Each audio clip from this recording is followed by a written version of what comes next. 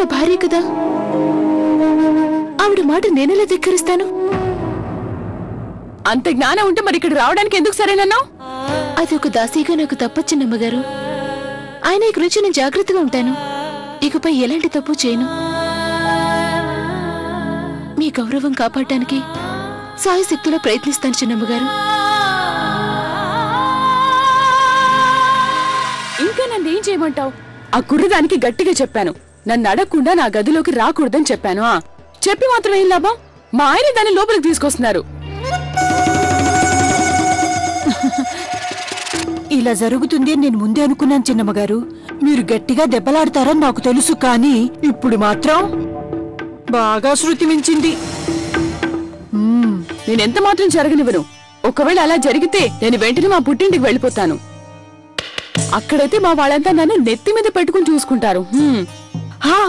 అదంతా నిజమే అనుకోండి చిన్నమ్మగారు. మరో సంగతి కూడా ఉంది. జమీందారుల జీవితానికి వాళ్ళకి పాములకి విషాలకి ఉన్నటువంటి సంబంధంలాగే ఉంటుంది. అప్పుడు శంకర్రావు గారి పరువు మొత్తం మట్టిలో కలిసిపోతుంది. అంటే నేనిక మా నాన్నగారింటికి కూడా వెళ్ళలేనంటావా? అయితే ఇక నాకు దారేంటి? ఆ దారి చూపించడానికి నేను ఇక్కడికి వచ్చాను మరదలా. ఇక్కడ ఏం జరుగుతుందో అదంతా నేనే చూసుకోవాలి కదా. ఈ ఇంటికి పెద్ద కొడుకునేందువల్ల నాకు కొన్ని బాధ్యతలుంటాయి కదా.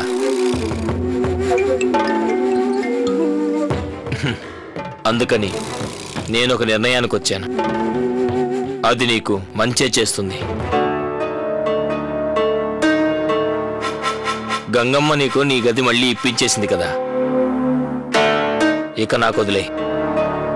నీకు నీ భర్త శేఖర్ పూర్తిగా సొంతమయ్యేలాగా నేను చేస్తాను.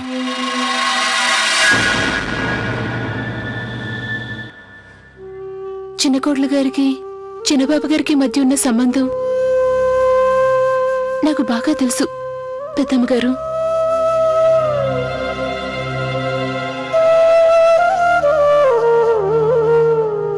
అలాంటప్పుడు ఇలా చేయడం బలవంతంగా జోక్యం చేసుకోవడం లాంటిది. నాకది పాపంగా అనిపిస్తుంది. కానీ ఇదంతా నువ్వు చిన్నబాబు జీవితం కాపాడడానికేగా చేస్తున్నావు. నా కుటుంబం సంగతి పట్టించుకోవాలిగా మరదల పిల్ల. ఈ కుటుంబానికి మంచి పేరుంది, ఒక గౌరవం ఉంది. అలాంటప్పుడు నా తమ్ముడే, నా సొంత తమ్ముడే తప్పు చేస్తుంటే ఎలా చూస్తూ ఉండగలను నేను? ఎలా ఊరినే ఉండగలను నేను? తనకన్నా పెద్దవాణైనందువల్ల తనని అదుపులో పెట్టడం నా బాధ్యత అంటావా కాదంటావా? నువ్వే చెప్పు. నాన్నగారు ఎవ్వరి మాట వినిపించుకోరు.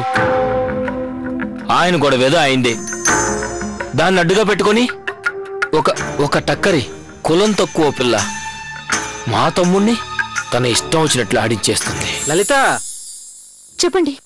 పద. నువ్వెక్కడికో బయలుదేరినట్టున్నావు. పొలానికి. వద్దు, నువ్వు అక్కడికి వెళ్ళకూడదు. ఎందుకంటే మా నాన్నగారేవో కాగితాలు పంపించారు, సంతకాలు పెట్టాలట. ఆ కాగితాల్లో రాసింది నాకేం అర్థం కావడం లేదు. అందువల్ల నువ్వు నాకు అర్థమయ్యేలా చెప్పాలి. కానీ పొలానికి వెళ్ళడానికి ఆలస్యం అవుతుంది. అంటే నాకు ఆ మాత్రం సాయం కూడా చేయనంటావా?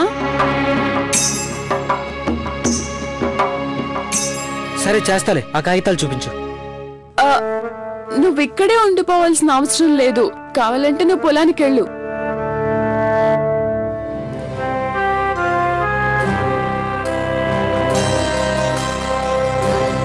లలిత,